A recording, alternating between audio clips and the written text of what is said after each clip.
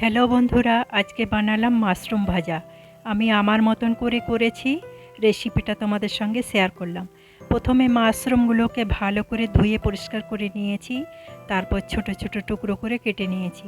তারপর পেঁয়াজ কুচি, ক্যাপসিকাম কুচি আর কাঁচা লঙ্কা কুচি, একটা টমেটো কুচি করে রেডি করে নিয়েছি।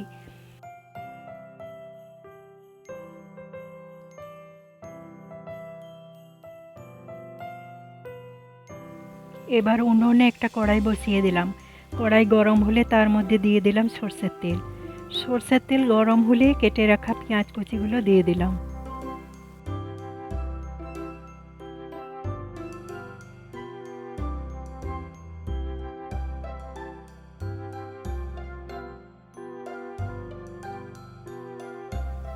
পেঁয়াজটাকে বেশ কিছুক্ষণ নাড়াচাড়া করে তারপর দিয়ে দিলাম কেটে রাখা কাঁচা লঙ্কাগুলোকে।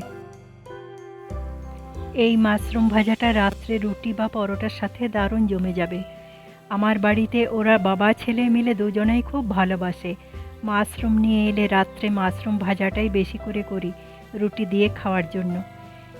এদিকে কথা বলতে বলতে পেঁয়াজটাকে কিছুক্ষণ ভেজে নিলাম।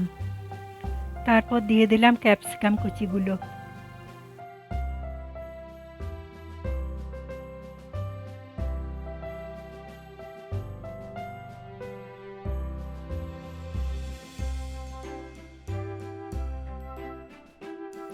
পেঁয়াজ, লঙ্কা, ক্যাপসিকাম সবগুলো একটু ভালো করে ভেজে নিলাম।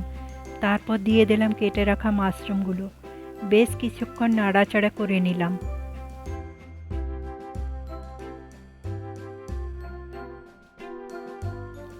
তারপর দিয়ে দিলাম পরিমাণ মতো নুন। আবার ভালো করে নাড়াচাড়া করে ঢাকনা চাপা দিয়ে দিলাম, যাতে মাশরুমটা সেদ্ধ হয়ে যায়।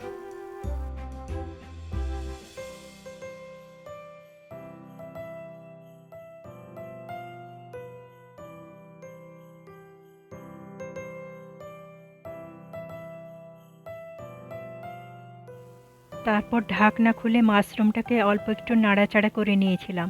তারপর দিয়ে দিলাম হলুদ গুঁড়ো। হলুদটাকে ভালোভাবে মাশরুমের সঙ্গে মিশিয়ে নিলাম। তারপর দিয়ে দিলাম মশলা বাটা। ওই বাটা মশলার মধ্যে দিয়েছি আদা, রসুন, জিরে, ধনে, এলাচ, লং, দারুচিনি, একটা শুকনো লঙ্কা, সব অল্প পরিমাণে নিয়ে মশলাটাকে শিলনোড়ায় বেটে নিয়েছিলাম। এই মশলা বাটাটা দেওয়ার জন্য মাশরুম ভাজাটা খুব টেস্টি হয়।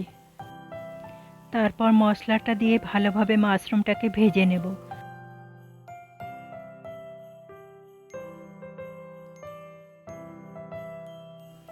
তারপর দিয়ে দেব টমেটো কুচি। টমেটোগুলো গলে যাওয়া পর্যন্ত ভালোভাবে ভেজে নেব।